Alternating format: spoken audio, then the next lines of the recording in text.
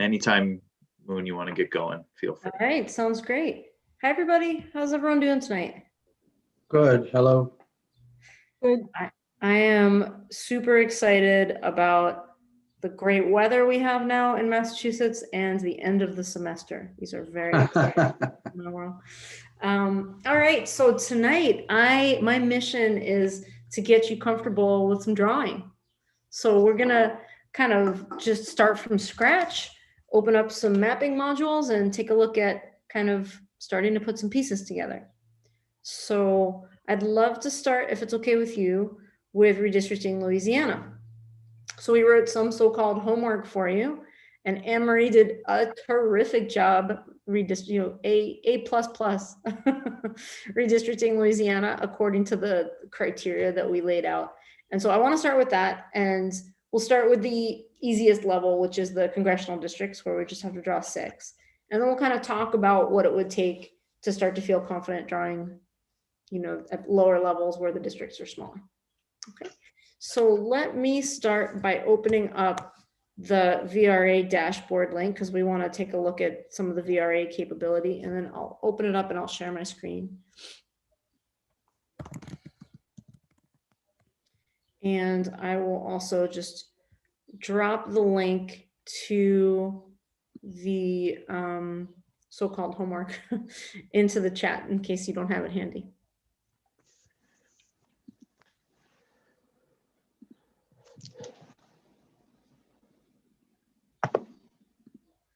All right, here we go.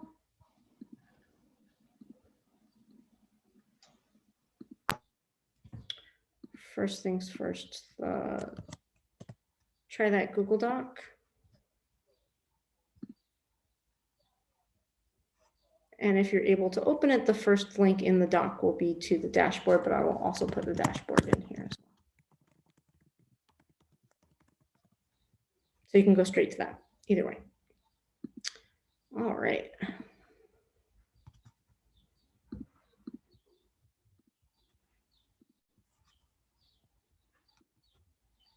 When you get to the dashboard, here's what you'll see. So far, the states that we have loaded are Louisiana and Texas, but we're hard at work on a few more, and you guessed it, Wisconsin is among them. But today we're going to focus first on Louisiana. So just a quick word about how this VRA dashboard works. The drawing principles are the same as in any other Districtr module, but it enables you to see our kind of assessed effectiveness along the lines of how the Voting Rights Act is usually handled in courts. And so the way that works, I'm just going to explain really briefly, is that with respect to Louisiana's largest minority group, which is Black voters, we used standard statistical inference techniques to figure out who the Black candidate of choice was in a number of recent elections. So actually, this is kind of an important point about the Voting Rights Act. It does not require you to make majority minority districts. It requires you to make it possible for minority groups to elect their candidates of choice. So step 1 is to figure out who that preferred candidate is. And then we can sort of figure out how the plans work. So before we draw our own, I'm just going to very quickly show you Louisiana's current congressional plan. So by clicking into this, we will see. And I promise I'm not going to go all the time. I just wanted to give you a little intro before we get started.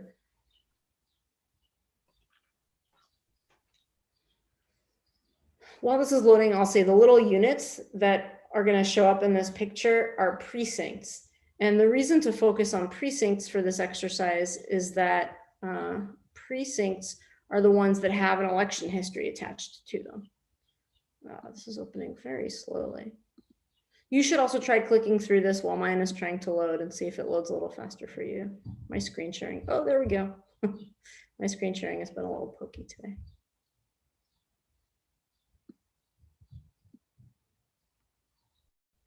Okay.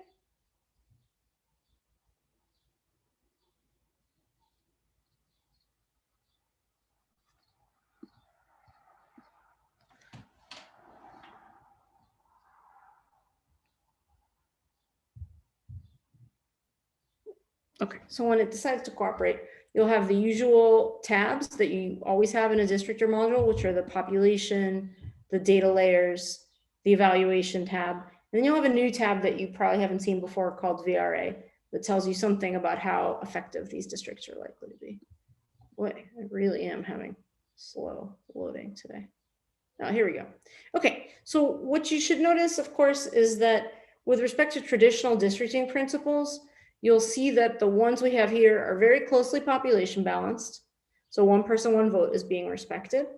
They're all contiguous. So every one of these districts is just one connected piece. There's none that are separated into two pieces.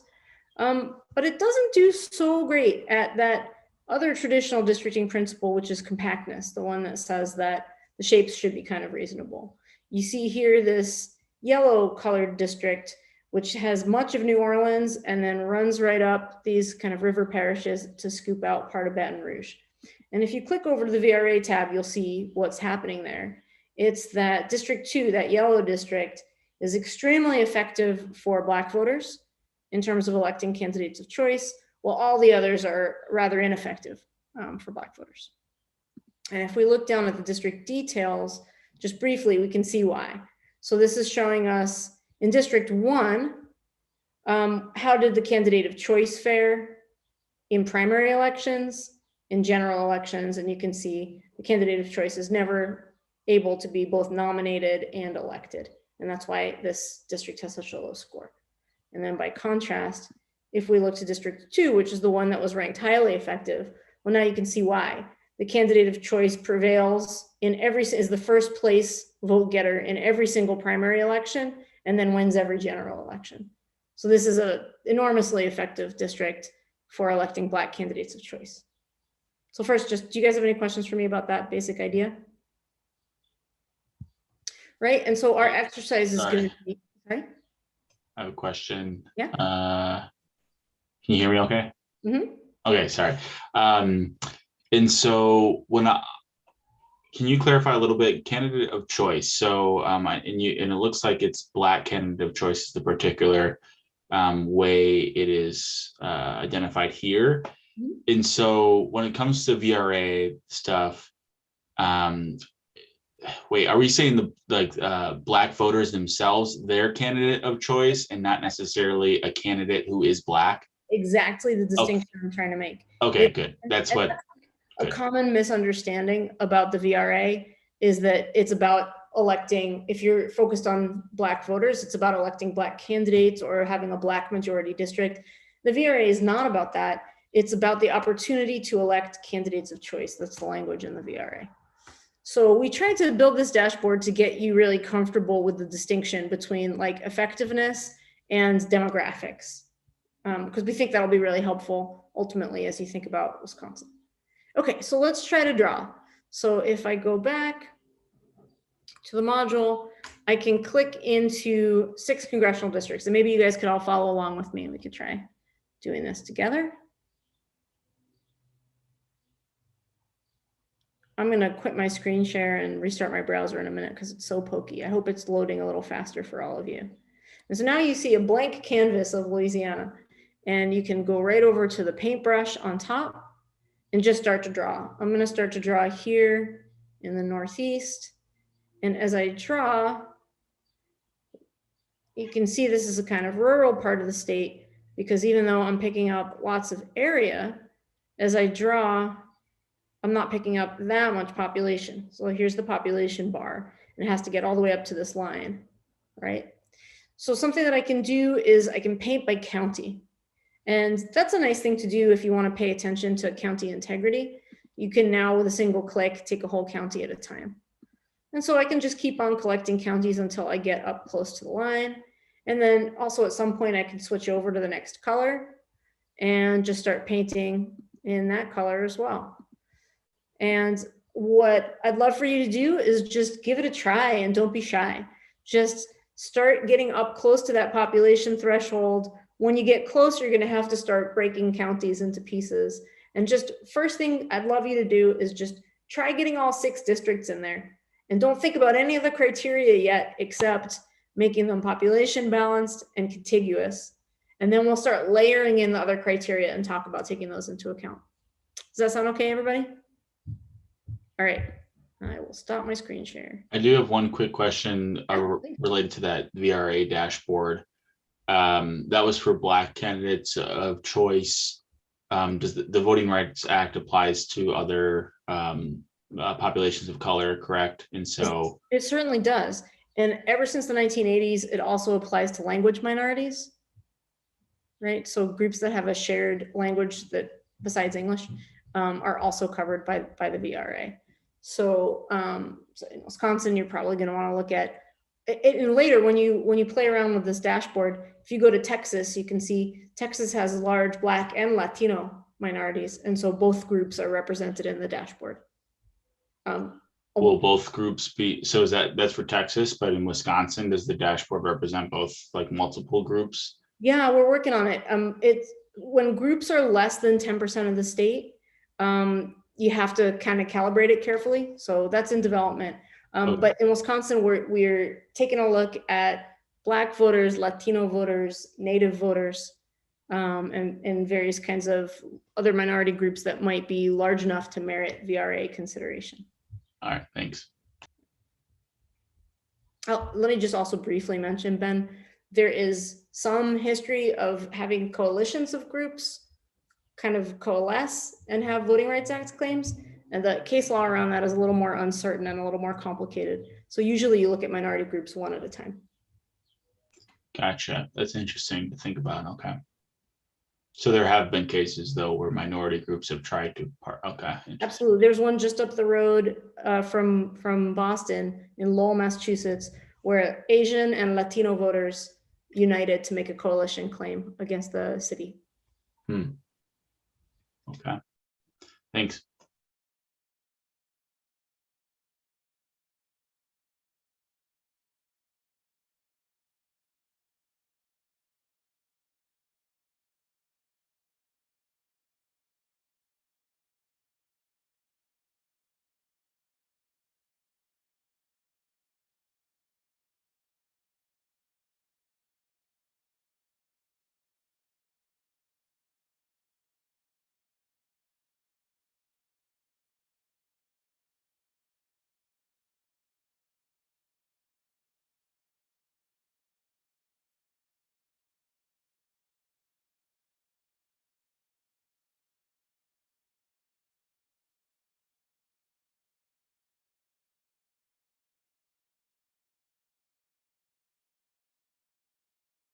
So I noticed that when you choose to paint parishes, then you try to erase. There's not an option to erase the parishes. You then have to. It's like they're different. Is that am I missing the ability to do that, or is that just one of the things you can't do? Oh, no, you're right about the way the feature is currently set up. That's something that we've looked at, is getting to erase a whole county at once. But for Okay. now, you just have to make your brush big and erase. No worries. Thanks.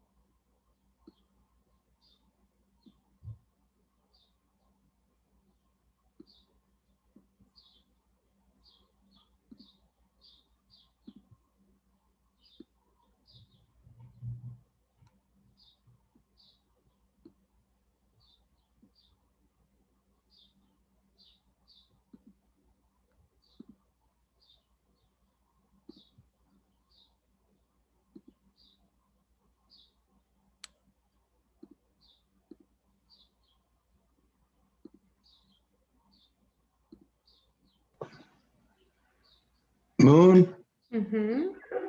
somehow I managed to zoom in. How do I zoom out? Oh, wait, over here on the left. Yep, up top left, there are plus minus buttons. By the way, Okay, as y'all are working, I'd love to, ask anything. Just trying to get you comfortable with the features of the tool. I'm going to layer them in a little bit at a time to get you comfortable, but don't be shy. right.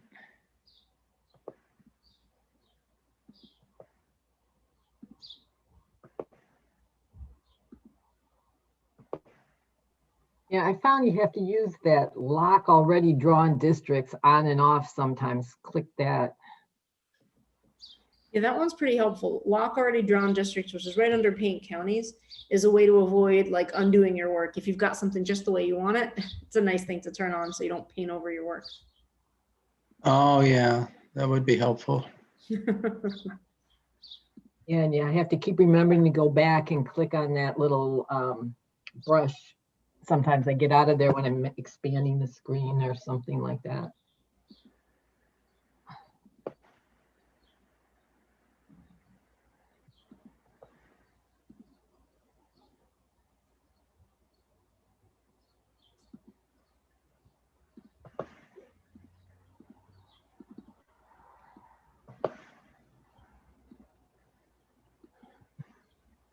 I'll just mention a couple other tips while you're drawing. Another tip is to use that ability to resize your paintbrush. So make it big when you want like a wide sweep over some parts of the state. Probably make it small when you're maybe in New Orleans and you're trying to be a little bit careful about where you draw. So going back and forth on that can be helpful.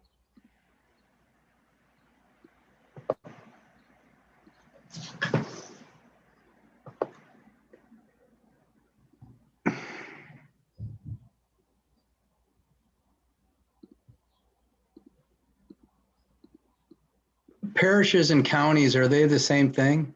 Yes. I don't think they are. Yep. Parish is the Louisiana name for counties. They just seem to draw different things. Let's see.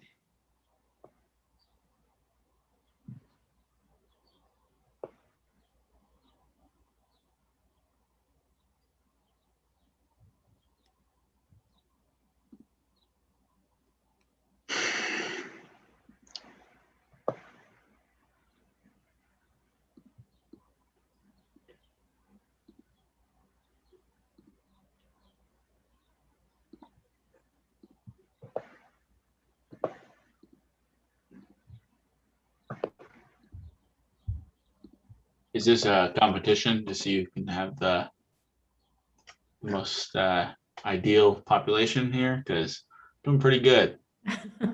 Actually, lots of states have run competitions where there's like a leaderboard and you try to get a great that's score. But I sort of tend to think that takes the focus away from the holistic parts of map drawing.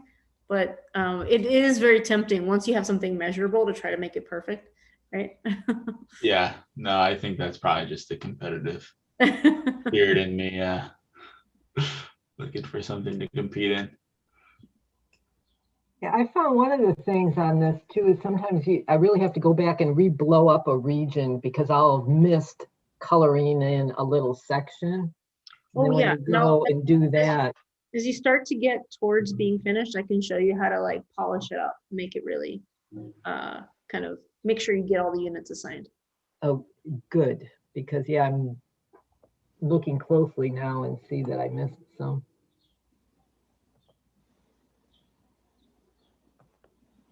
Okay, so let's just keep drawing for another minute or two, and then I'll just start layering in a couple features to help you finish.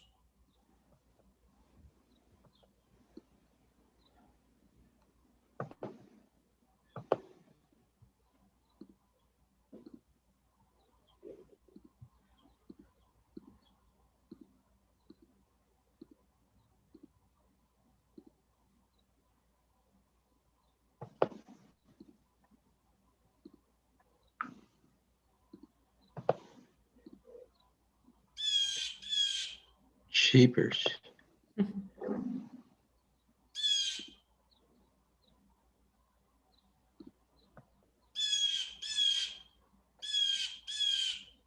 Who's got the bird? That's me. Cats love it.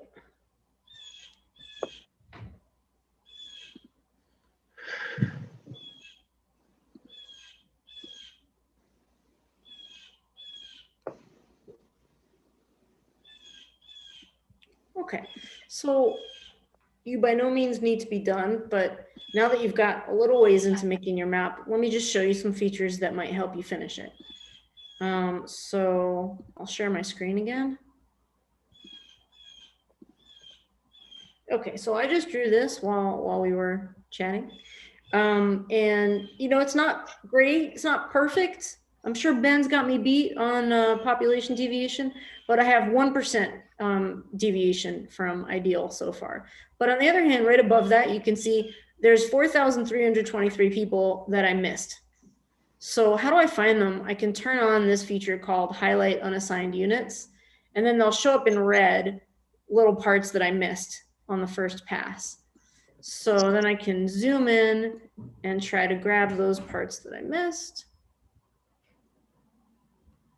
And as I do that, the number of unassigned people continues to drop. So that's a useful tool because it's very easy to miss things the first time through.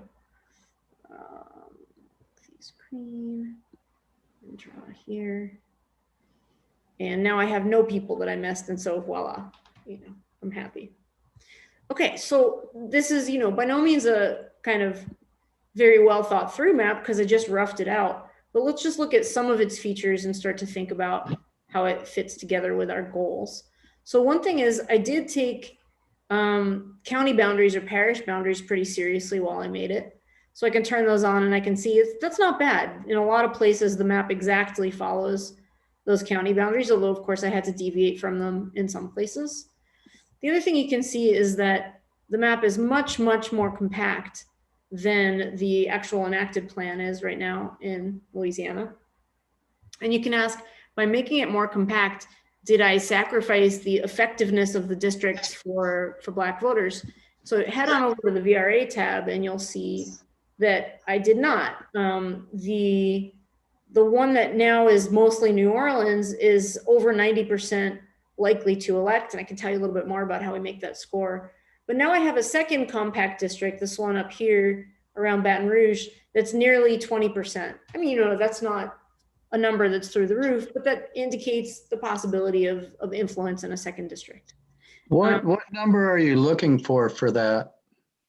So that's really, there's a question of, you know, your legal responsibilities, and then there's a question of your criteria. And I think the way I read your criteria as the PMC is that you're looking for more opportunity. And that's a pretty qualitative phrasing of the goal. So one thing you have to think about is your responsibilities. So you certainly, I would say, you can look at the number of performing districts that you have in the current plan, and would be kind of a rule of thumb to try to not retrogress, or that's what it used to be called when Section 5 was active. You probably don't want to go down. And then it's up to you to look for more electoral opportunity. And you know, you don't have a legal responsibility to create influence districts. The VRA doesn't require that. But as I read your criteria, that's something you'd be interested in looking for. So you said something important there. I mean, so do you take the current map and sort of assign electoral effectiveness to the current districts and say, we don't want to go backwards from that? I mean, we don't want to be less than that. Is that fair?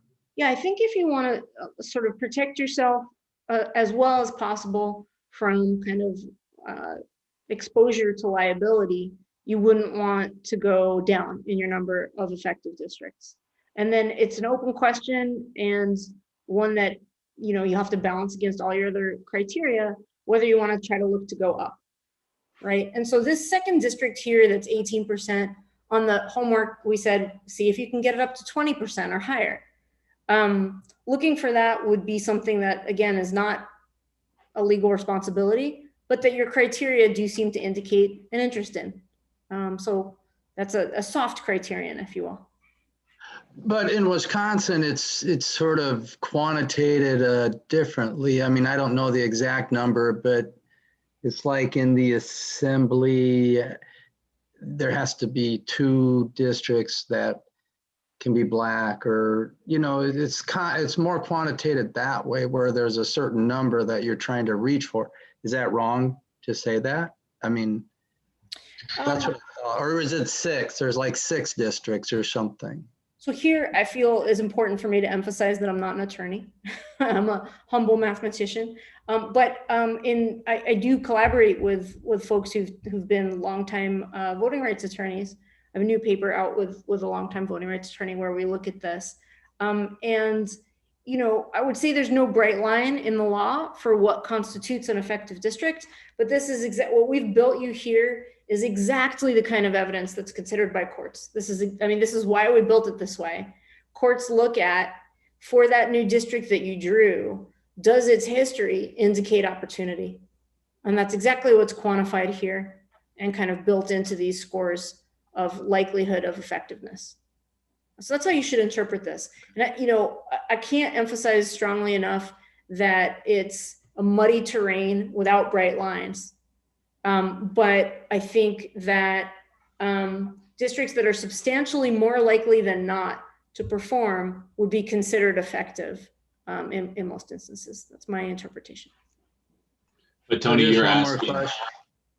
Go ahead, Can I Ben. just clarify what you were asking? You were asking, is there a certain number of state legislative districts that, according to maybe even precedent, I feel like this has been brought up in court for Wisconsin in particular. I think there was a lawsuit by Voces de la Frontera in the early 2010s, right, about this particular topic. And the court had made a decision on how many, like the minimum amount. Is that what you're asking? Like there is a Yeah, minimum basically, amount? yes, Ben, yeah. Okay. I think the court, I mean, I'm not an attorney either, but I think I remember some expert testimony related to this from that lawsuit. And so maybe Jack or someone else can chime in at some point. I don't know. But that is an interesting question. I do think as long as we don't go backwards, though, we should be good. Because Right. as long as they're better than the current maps.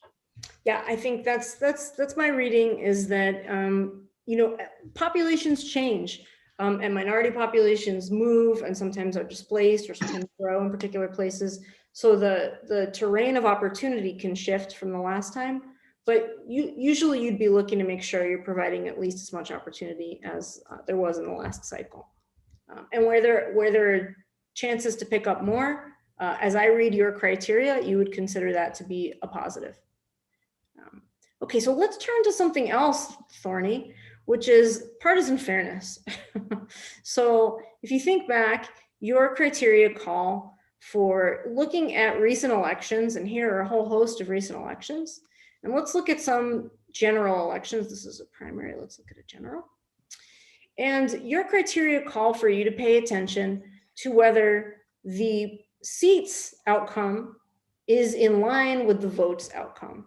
So what does this mean? This particular election, the 2016 US Senate general election, was about 61% Republican, if you just count up all the votes in the state, and about 39 or 40% Democratic.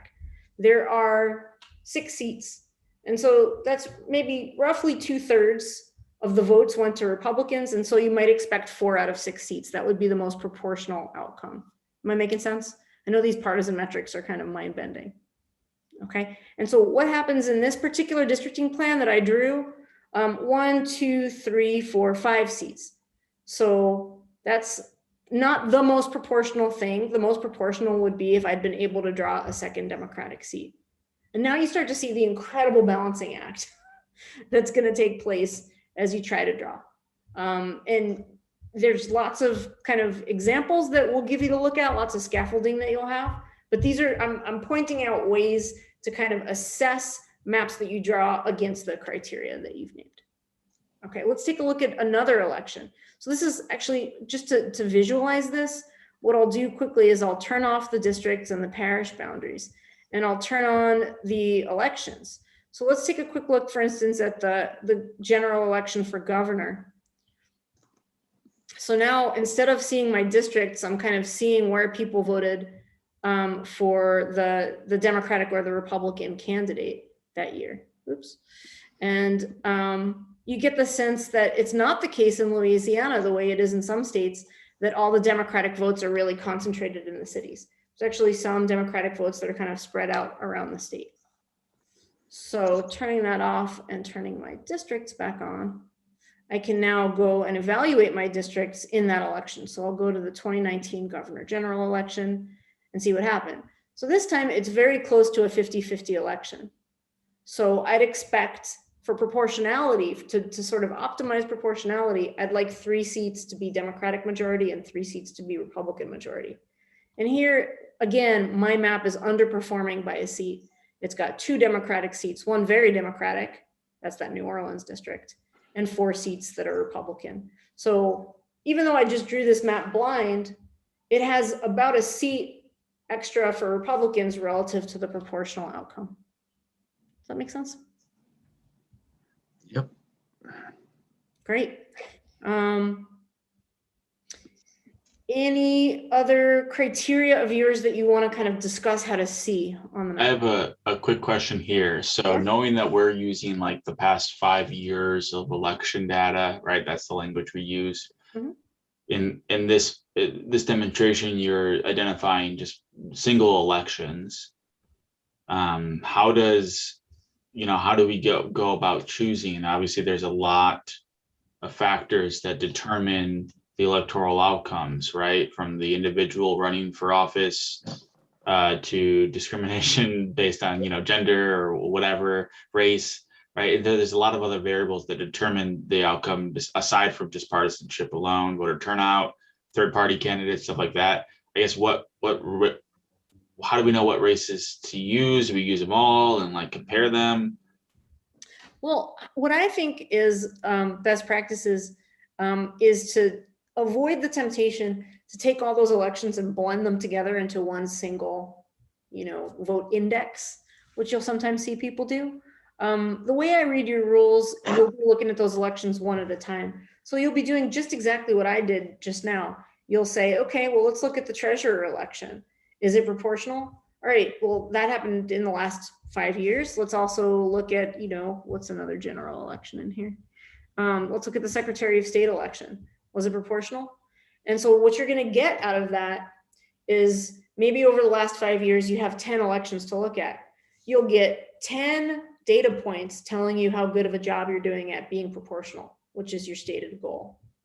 And so if you can come up with maps that, Ben, to your point, every election is its own snowflake, right? It's got its very special set of circumstances, the candidate availability, if it rained that day, so many things go into the pattern of voting, right? That I was showing you on the other slide. So, it can be really interesting to flip from one election to the next. I hope you'll give this a try when you can already do this a little bit in the Wisconsin module, and we'll only be adding more elections as we go. So you flip through, you'll see they come out looking pretty different from each other. This one looks very different, right? Oh, this is a primary, that's partly why. But there's a whole lot more blue in this one. My view is that by taking a series of elections one at a time, some of them are going to be very favorable to one party. Some of them are going to be really favorable to the other. Some might have a strong third party candidate. And seeing whether you get proportional outcomes, whether the tide is high or low, what that does for you is it gets you a map that's responsive to changing conditions, right? Because you want to build something that's going to last 10 years. You want 10 years worth of fair outcomes, right? And so if you're stress testing it against the last 5 years of elections, all with their own quirks, that gives you some pretty good evidence going forward.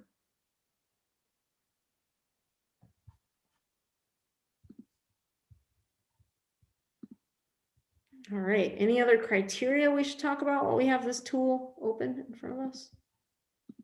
Are you able to show municipalities and splitting those or not? No.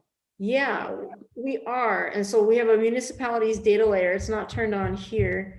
Let me think of a place that has it. I think we have it, for instance, in Ohio. So let me show you that.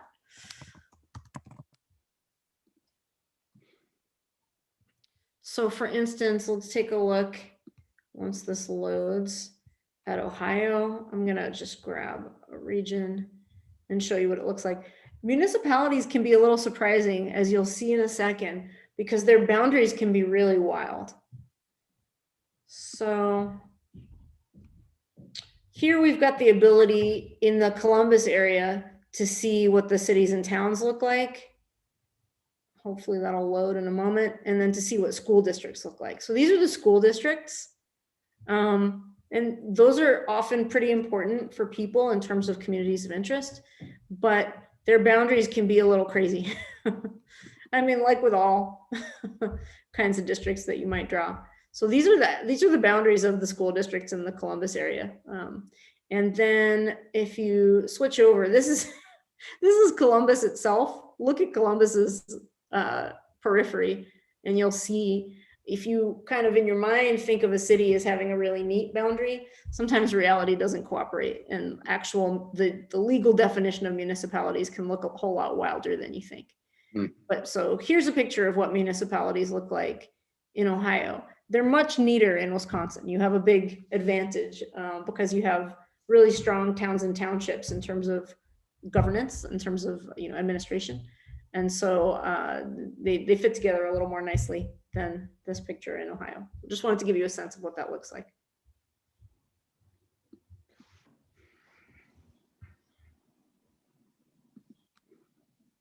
And the other thing that you'll be getting from us, ultimately, we're engaged, and you have reached out to community partners all over the state and told people that you want them to map their communities. And so by late summer, we'll be able to add a data layer that shows you where the communities are that people have identified as important for the redistricting process. So I think you'll find that there is such a thing for sure as too much information when you're trying to balance all these criteria. And so it's just important to remember that you're not going to find the perfect map, but you can find really fair maps that balance the criteria really nicely. All right, so how about, could I, persuade one of you to share your screen and show your work? You want to take a look at one of your Louisiana maps? I can do that. Awesome. Good job, Share my Ben. screen every day in the classroom. Moon, I was very impressed originally because I did not have as good of a result as you. And so let's go. Yeah, so I was at 1.26, but I was having fun with it. I originally started with the parish stuff, and I was just doing counties. I thought it was so cool too to see, the what you advised was to just try to get the population deviation, or the ideal population as close as possible. And your map looked way different than mine, right? You had like a district going vertically, a district going vertically here and here, I think, right? And so it's cool to see how they can look different despite the same task. And so I originally started doing the parish boundaries, and then I found it too hard to get the population balance close enough. And so I kind of zoomed in from there and then just did, whatever the paintbrush, whatever this is these the wards, Moon? Yeah, those are precincts, right? Okay, precincts, okay, good. And yeah, I'm at 1.26, which isn't ideal. I don't know why on mine I don't have the VRA. Oh yeah, you didn't start at the VRA landing page, but that's okay. I can help you. Oh, that's my bad. Yeah, I had let's take a look at I joined a little bit late. Let's take a look at your proportionality. I'm super curious. So that would be under evaluation to partisan balance. You can expand the partisan balance. Yeah. There we go. So let's pick an election. Here's one that's about 60-40. Oh, and you have just one Democratic district. Oops, sorry. So you have a map that's very Republican friendly in this election. And then switch to another election and let's see how it does. Let's say I have different elections than you had too. Yeah, that's true. We have all the primary elections are in the VRA module because you need them to do a VRA analysis. Gotcha. Okay, so this is the 2019 governor election, which is close to 50-50. Actually, the Dems won it. Yeah. John Bell Edwards is the governor today, and you got 2 Democratic districts instead of the 3 that would be kind of the most proportional. Yeah. This is looking pretty good. You have a pretty good map here. Well, thank you. Yeah, no, it was interesting. I think this was really helpful for me, at least, to like feel more confident and comfortable. I mean, I went to the, the last like mapping train the trainer event, right? And like I started messing around in Wisconsin, and I don't know, maybe there were fewer features. I don't remember being able to draw by county. Yeah, we're constantly adding features. Okay. And I think, Tony, you asked earlier if you could draw by like municipal boundary, and that's still not a feature, Moon. That'll be there presently. Yeah. Oh, that's there now to draw by the It municipal looks like boundary. it's there today, but it will be there presently. We're working on getting that in. Okay, Yeah. cool. Yeah, so that's my map. This looks great. Oh, sorry. Did you want me to keep sharing? No, that's great. Anyone else want to, even if you're not done, you want to kind of show us your map in progress? Go for it, Melissa. Yeah, I know a little bit about Louisiana, so I kind of incorporated that into my map, and my population deviation is not great. It's like 3.5%, but I'm going to show it to you anyway. Let's see. Yeah. And I should say 3.5% would be totally fine for legislative districts, but usually you want to get a little closer than that for congressional districts. Oh yeah, look at yours. You did the whole north to south strip. Yeah, so my thinking is that I know, those rural areas in the Northeast, probably, I guess I was thinking about it in terms of communities of interest. And then that western half of the state kind of aligns with Texas a bit. And then that kind of middle section, Opelousas, Lafayette, New Iberia, Houma, that's all Cajun country. So my thinking was that those folks probably would like to be together. And then of course the sort of more coastal areas, New Orleans, Baton Rouge, separate. But I mean, I guess it's not terrible. No, it looks pretty good to me. Plus you could easily tune it. That's the other thing. Don't fret about population balance. If you're thinking communities first, that's a great way to think about making the map. It can always be tuned with a little bit of precinct swapping or by breaking a few precincts at the end. So let's take a look at your VRA tab. Oh, you did it. Wow, awesome. So you got 1/90 and a second over 20. That's really great. That's not that easy to do. So I'm impressed. Can you drop down the district details? Let's take a look at your District 6 and see. So if you drop down on there's a district drop down a little above right there. Oh, there. Yeah, drop down to District 6. Let's take a look. And so you can see that's effective in some primaries where the candidate of choice is winning. Oh, and to your question from earlier, Ben, take a look. We've marked these candidates of choice as themselves either white or black. And so that really brings home the point that the candidate of choice for black voters does not have to be themselves African-American. And you can see, you have some success in primaries and mixed success in generals as well. And that's why this isn't thunderously effective, because it's not happening kind of all the time that a candidate of choice is both nominated in the primary and elected in the general. But it's happening enough to kind of rate as having some opportunity. Great. Should we check out the partisan outcomes? Ben, were you going to say something?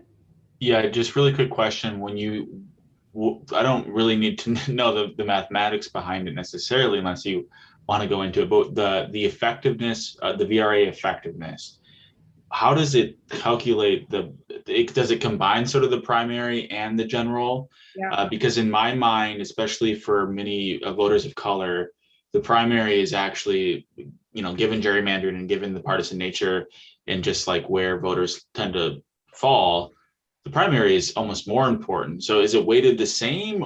I don't know. Or is it, maybe I'm wrong to say the primary is more important because, yeah, I don't know. Can you talk a little bit to how the VRA effectiveness, that number, like Absolutely. how that is calculated? Sure. And there's also a preprint. So the paper is about to come out in the Election Law Journal. I'd be happy to share that with you. So what we did was we said to be successful, you pair the primary and the general, and you actually have to get through both in order for that to count towards your success, right? So if you have a district in which the minority candidate of choice is always winning primaries, but can never win a general, you're just not going to be able to put a candidate of choice into office in that district. And so it's a pretty tough bar to clear. So that's why that 20% effectiveness score is actually pretty respectable. It's showing some kind of opportunity. Because to start to accrue points, you have to clear both the primary and the general that's paired with it. And then I'll just quickly mention, at the end step, what we did is we took the last 10 years of electoral history and we saw what kinds of scores are correlated to actually getting people into office. And so there's this like calibration step where we kind of say what we think is the probability that it'll perform. So yeah, and actually the fancier math in that paper is all about, and here's something that I'm looking forward to sharing with you all. It's all about kind of building random maps that look for more opportunity. So we can sort of help get you boosts if you're like, I wonder if there's a way to combine the population around here to find another opportunity district. We can kind of go searching for that by computer. Would voter turnout or voter suppression have anything to do with any of the data there? I'm just thinking of, in particular states, there's evidence that, certain laws suppress the vote of voters of color. And does the data, I don't know, would the data need to account for that, or am I getting too nuanced or too? I think you're right, but the way I see it, there's so many idiosyncrasies baked into the data. And so the emphasis here is on the track record. Like, so the factors being what they were, if you actually just count up the votes that were cast in this purple district, that's what you were seeing there. You were seeing like who got the most votes, and you're absolutely right. There's a story behind every vote, right? But we just sort of do a simple thing. When you build out of whole precincts, you actually know how people voted because you have the records at the precinct level. You can just add them up. Okay, so let's take a look at Melissa's partisan balance. And how did you do in this 50-50 race? Oh yeah, so check it out. In this governor's race, you have 2 districts with a Democratic majority and 3 more in the 40s, right? So even though you're not getting to that 3-3 that would have been a little more proportional, there's you can see kind of some opportunity there. And how about pick another general race we can take a look at?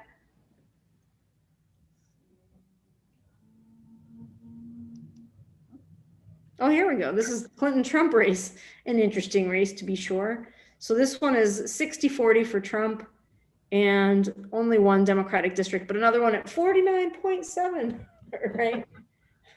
Very close to getting a 2nd Democratic district, which would have been the most proportional outcome. So all around, I'm gonna say this is a pretty good map, Melissa. It's got a lot of the features that you're looking for, right? And this was just kind of your first time at the rodeo. So I'm hoping this is getting you to start feeling a little more comfortable with like drawing and moving things around and balancing those priorities against each other. All right. So let me say just a little bit about drawing smaller districts. So drawing smaller districts can be pretty challenging. Sometimes you can find yourself really kind of with a question of where do I start? So I'll give you a couple different sort of ideas about how to start drawing, but they're just ideas. It's really kind of I hope that you'll find this tool not only approachable, but maybe even a little addictive. And you'll find yourself like, it's kind of fun to redistrict Alaska. Give it a try. Hi, Chris. So when you draw smaller districts, I'll give you 2 sort of schools of thought just from talking to people about their strategies. One is start with the most populous places where the districts themselves are likely to be smaller, and sort of think about how they can fit together while respecting what you know about the neighborhood structure.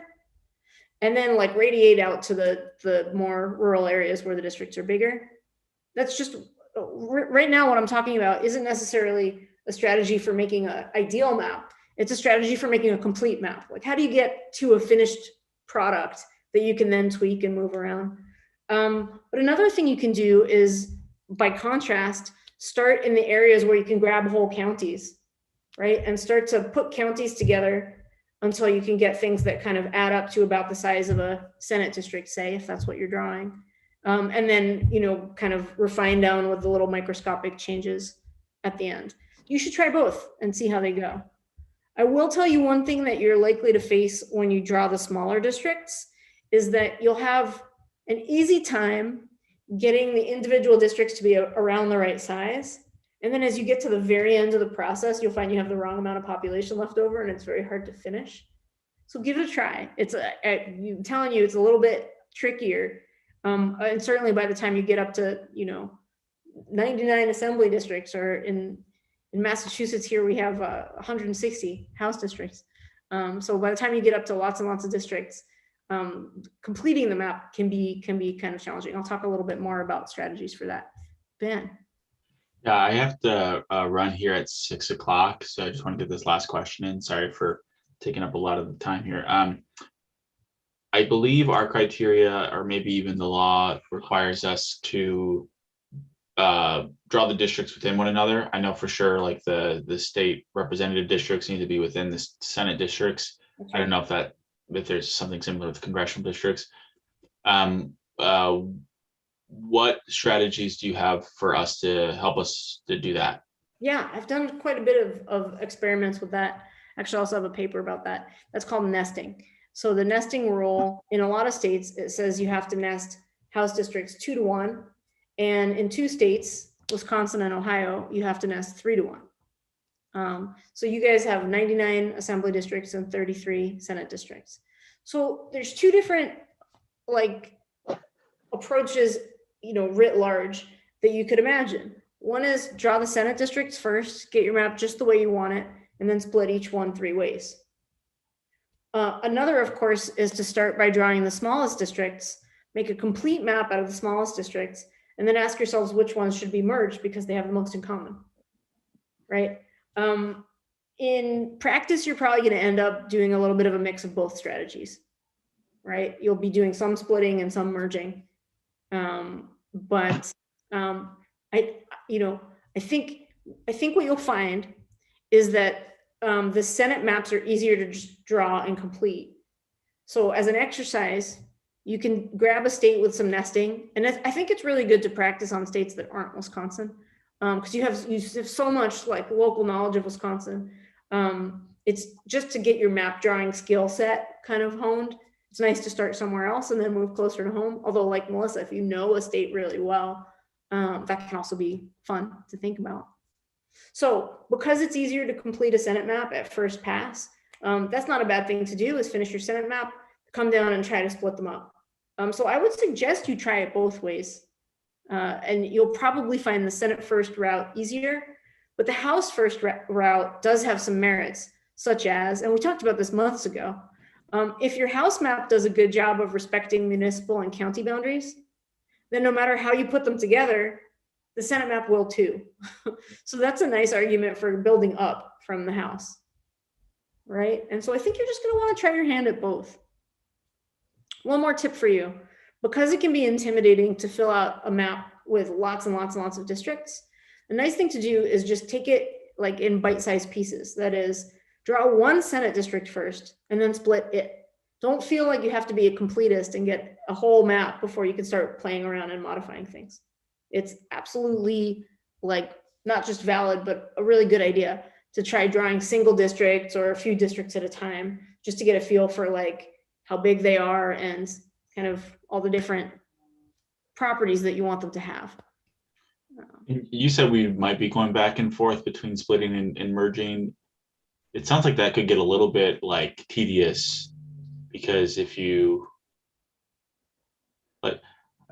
I don't know. I mean, do you recommend if you can just stick with one route, do all the House ones first, do the House districts for each? I don't know. From my perspective, it feels like there might be a lot of I started with the House on this one, and then I started with the Senate on the other, but then the populations didn't match, and going back and forth could be tedious. Yeah. Do you find that, or not as much? Yeah, no, definitely. And perfecting things can also be tedious. But I think, so here's an example of what I mean about going back and forth. You might say, for instance, start with a Senate map, split it down to make a House map, and then look at a pair of districts and say, you know what? this Senate district has 3 House districts.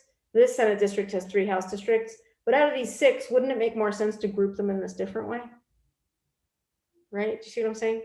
So that's something that gives you some flexibility to go kind of back and forth between forming Senate districts, forming House districts in a way that's not too microscopically tedious. It's just about looking for better groupings. And you might find that to be, you know, a nice way to think about the task. Thank So, you. And I do have to run at this point, but thanks so much. This was about an hour, right? Assigned, right? I'm not leaving too early. no, you're good. Okay, all right. I'm looking forward to, you know, learning more what we decide as a commission after this. So thanks everyone. Good to see everyone. Bye. Hey, Ben. Bye. Great. Okay, so is there anything else that you can think of that would be good to like round out this conversation for now? Again, this was just supposed to be like a kind of roll up your sleeves and try it kind of session. Anne-Marie. Yeah, just one question, just kind of building on what we were talking about. We're going to have 99 different districts. And so 99 of those little colored dots on the map to be flipping back and forth. I mean, that's a lot of data. Do you have any hints on how to keep that straight and make sure that, you know, you're in the right area when you're adjusting? Oh yeah, I do actually. Let me pull up one of these maps and show you one more feature that we haven't talked about yet. So this one is also active in some modules and not others. So let me find one that definitely has it. And I will share my screen. I think I was just doing this in Massachusetts. So let's try that. So one feature that we have is you can turn on district numbers and you can see, because you're absolutely right. When you have only a handful of districts, you can eyeball which is which as long as you're not colorblind. Although we've worked on trying to make the colors colorblind friendly to the extent that we can. But for sure, like here, I'm pulling up now the current congressional plan here in Massachusetts. And I believe we have a show district numbers feature. So it takes a little while because actually under the hood, the software is trying to figure out the best place to put those numbers. That's why they kind of move around a little bit and flicker a little bit until they settle. But now you can see kind of what the district numbers are. And it's fairly smart about zooming. So if I were to zoom out, some of those numbers would disappear because there's just not enough space to see where they're placed. And so if some numbers seem to be missing, you probably just need to get in a little closer until there's a good place to stick the numbers. One more little tip along those lines. This inspect tool up here is underused, I think, and is a really nice feature. You can pick, for instance, let's look at population, and this will tell me precinct by precinct the population of that precinct, but also notice the color that's showing up in the, here, let me zoom in a little bit more. If you weren't sure which district it is, this is kind of showing you. Right now the number's not appearing there. I wonder why that is.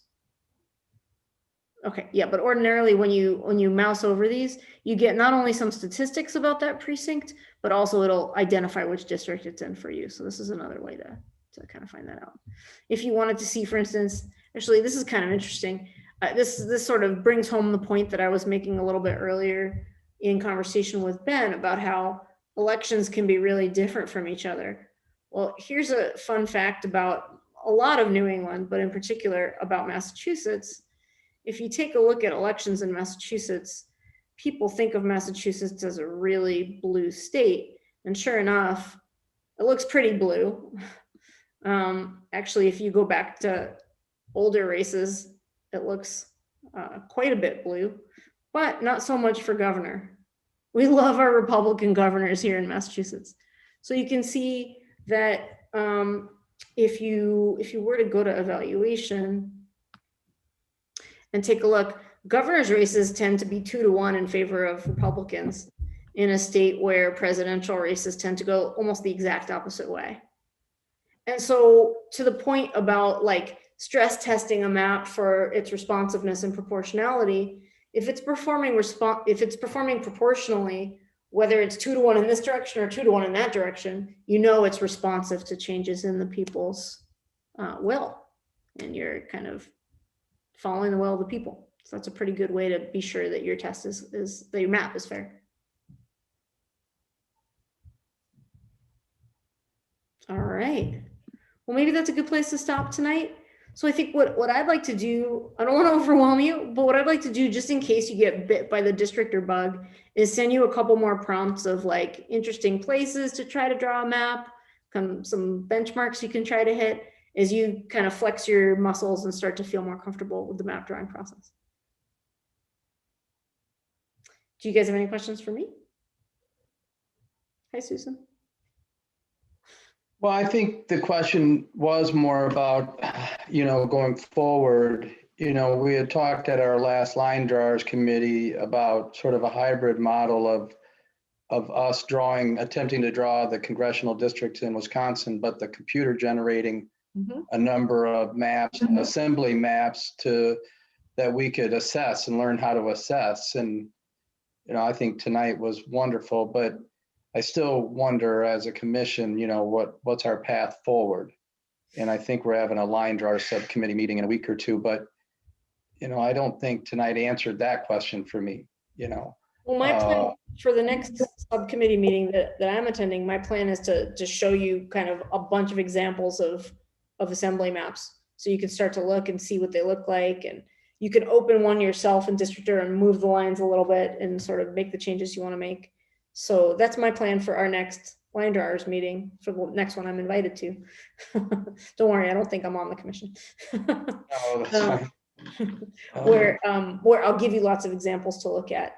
And then, Tony, we can start working out how that kind of cyclical iterative process might work, the hybrid model, where you get some automatically generated maps and then you change them, and then we change them, and then you change them, and we start to iterate. Okay. Any thoughts on that, Anne Marie? My thought is that maybe more of the commissioners might want to attend that than just the line drawers. That's my first thought. So maybe we have that scheduled tentatively. I even forget, the 26th or something like that. Would the other commissioners all be wanting to see those maps and learn from them? Well, I think you bring up a good point, Anne Marie, because I think tonight clearly we see some people that have more expertise than others in our group. Like I got 2 districts done by the time Ben got his whole map drawn. So I do think we need to open it up, and instead of line drawers, maybe we just have map drawing in general and open it up to those that have the largest interest and the most ability. So that would be my thought. Yeah. Maybe we can send out an email after this and see if everyone that's interested is available at that same time that we've tentatively set, I think. And we'll move forward from there and kind of open it up to anybody who wants to be there. It's a good education. I think it's a good education. I mean, I've held back, saying, of course, the computer could do all this, but I think it's good education. But I think there are some of us that are better than others, and you just have to be involved. Yeah, it's kind of, I've tried playing around with some of the assembly, and it was a little overwhelming because there's so many of them, and which way do I go, to the east, how to pick up that extra little piece of population, especially because you can't take whole counties in many cases just because of the variance in the population. And so part of it is I would like the computer to say, go this way, because it's going to be easier to balance your counties out as you go that way. And it's like, the computers should be able to tell me and guide me a little bit. So that's my one thought with my first attempt at drawing assemblies. Anne Marie and Tony, can I ask you, is it possible that the people who are the most interested and presumably also the most skilled, the ones that I guess Tony's talking about, could draw some draft maps, I'll call them, for lack of a better way of putting it, not final maps, but draft maps, and that those would then be subject to the entire commission and whatever critique you got, which would then be submitted to another drawing process if you got a critique. I think that it's really unrealistic to expect that all of you are going to have the same level of interest and capacity for this, for what you're doing. But I think everybody's going to have an interest in an opportunity to be a critic of what you're doing. But I also think that if they're exposed to the demands of this process, the challenges that you're now facing, their criticism is going to be moderated. Because that is my experience. Yeah, you're gonna say to them, well, why don't you try it? And they're not gonna want to try it. Okay. I mean, I'm just being really realistic. I'm trying to be practical and realistic about human nature here. So I think it's you need to give them the opportunity to criticize something rather than saying, let's all do one.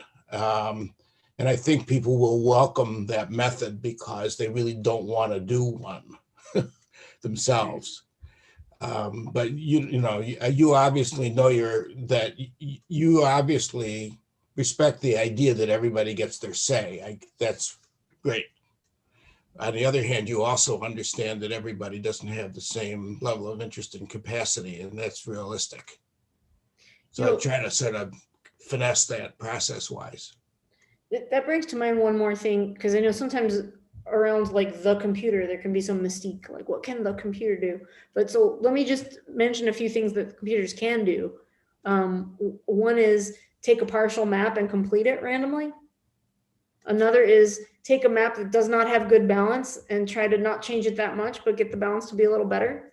These are all things that are feasible. Another thing you can do is take a map that starts out with some nice features, but splits too many counties and refine it in a way that seeks to heal counties. These are all things that you can kind of explore. But the one thing that I would say, as someone who spent like 5 years now really trying to get my head around what computers can and can't do in the redistricting space, it can't make perfect maps. I guess that's been a dream since the 1960s, that you just tell the computer what matters and tell it to go.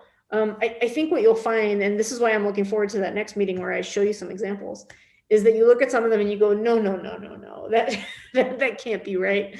And the hope is, and what I think, best practices are, in my opinion, you see examples, you have a reaction to them, and then you make changes, and then you cycle.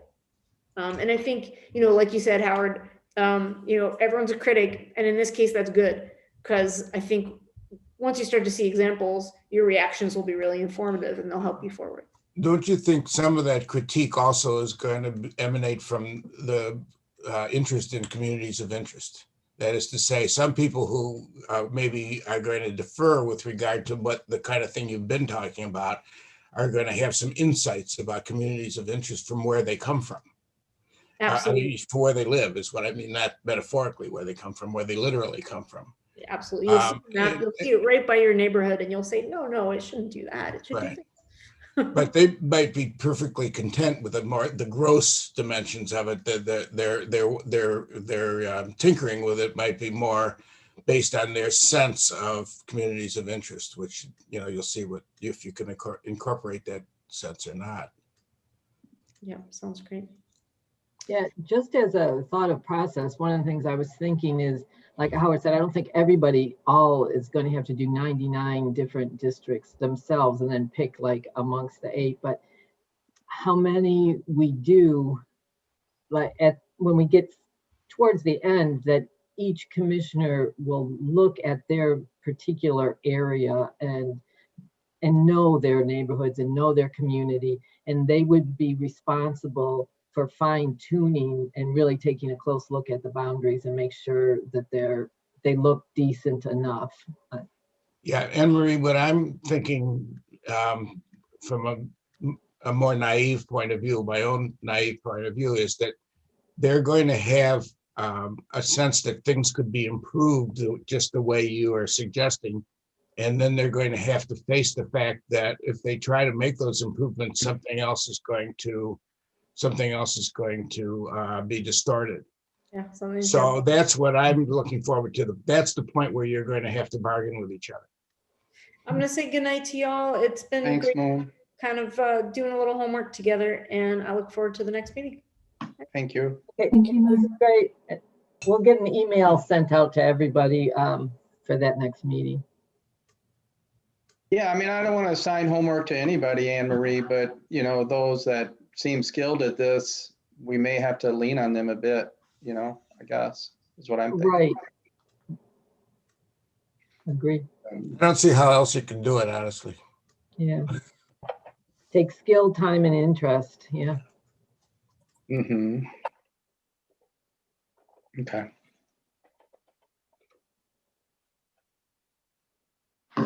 You're on mute, Jack. You're on mute. Talk about somebody who's not doing well with technology. I was just going to say I was planning on ending the stream and therefore the meeting. So all good things. I think this is all worthy discussion for an email and then another meeting. So Okay. thank you guys. Thanks, Jeff. Thanks, everybody.